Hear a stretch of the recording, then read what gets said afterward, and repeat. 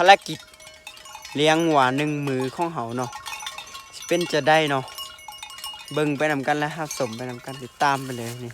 งัวเฮานะมันมีสยามอีกสยามหนึ่งที่ค่อยยังไม่ได้บอกทุกคนเนาะก็คือมันโบแมนนักกินมันคือนักแหลนนักยางนักเดินคือมันจะบกกินจะยางไปตลอดนะป้าเมื่อยนำมันแล้วนำได้นำมาทำตลอดโอ้เมื่อยแล้วนี่ยางฝุ่นแล้วนี่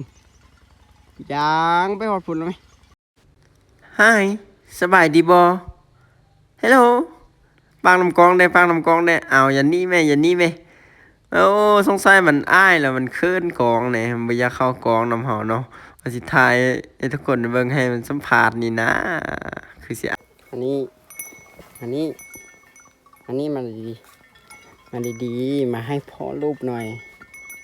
ลูกรักปัดมันปะไปนอนดีกว่าหยุดห้ามมา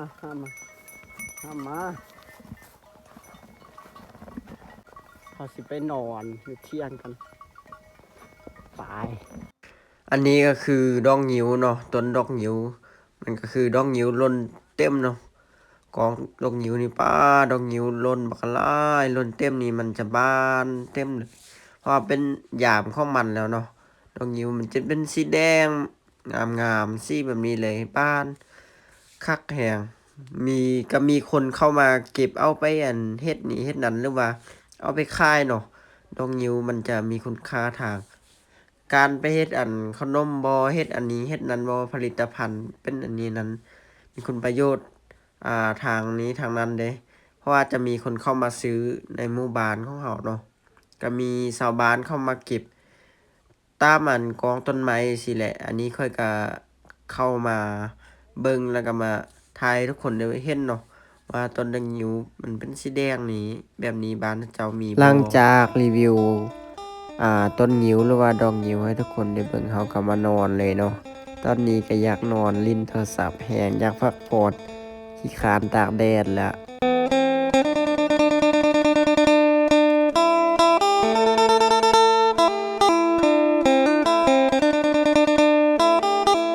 ตอนนี้ก็คือเวลาบ่าย2แล้วเนาะเฮายังนอนอยู่เที่ยงอยู่จะไปเบิ่งงัวของเฮาเนาะเดี๋ยวเฮาสิไปเบิ่งงัวของเฮาก่อนว่ามันเป็นจะได้มันคือสิยากนำเนาะไปปล่อยเสียงมันให้มันกินน้ำเนาะเฮามาเลี้ยงงัวเฮามานอนอยู่เที่ยงได้ไปเบิ่งกันปล่อยมากินน้ำเนาะทุกคนเคยกินนอนนี้บ่นอนออกตามน้ำแม่น้ำน่ะนี่ให้ทุกคนเบิ่งให้เพิ่นกินเดี๋ยวนี้นี่แบบนี้จะออกแบบนี้เลย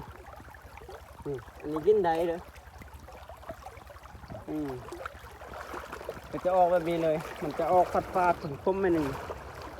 จะออกลอยตามน้ำสินี่ทุกคนกินได้นอน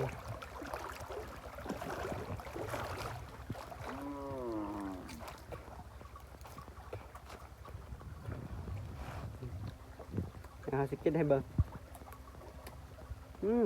ครับเขาสิไปนั่งอยู่เที่ยงหันเบิ่งมันเนาะทุกคนว่างี้เที่ยงไม่ได้พากอาสินั่งจะได้ใดสมมุติเขานั่งนี่มันตกมึงเฮ้ยเที่ยงน่ะเบิ่งสภาพเที่ยงว่าเขาก็สินั่งบ่ได้แล้วไผเคยเห็นใบเป๋าหรือว่ามากเป๋าแบบนี้แดมันแก่มามันจะมีมากแบบนี้เลยงามแฮงหลังจากรีวิวต้นใบเป๋าเห็นมากเป๋าให้ทุกคนได้เบิ่งเฮาก็มานั่งอยู่เที่ยงมีทานมาหาเราเฮาก็สิไล่มันกลับไปที่บอนเฮาแรงเลยเนาะอะไรงัวมาฮอดจุดบอนที่เฮาปล่อยมื้อเสาร์เนาะไกลๆบ่แม่นฮอดหรอกไล่มาฮอดไกลๆแล้วตอนนี้เฮาก็ไล่ตั้งแต่พูนนี่ก็ประมาณ4:30แล้ว4:00นไปป้ายละบินนี่ก็สิฮอด5:00 นแล้ว5:00 นแล้วก็สิมัดงัวแล้วก็สิกลับบ้านกลับเพื่อนเนาะ อันนี้ก็กำลังไล่มันข้ามน้ำไปเนาะไปแรงตอนนี้เรากับมัดงัวของเราเป็นที่เรียบร้อยเนาะ1 วันกับการเลี้ยงงัวของเราเนาะเสร็จเรียบร้อยมื้อนี้ไปกลับกัน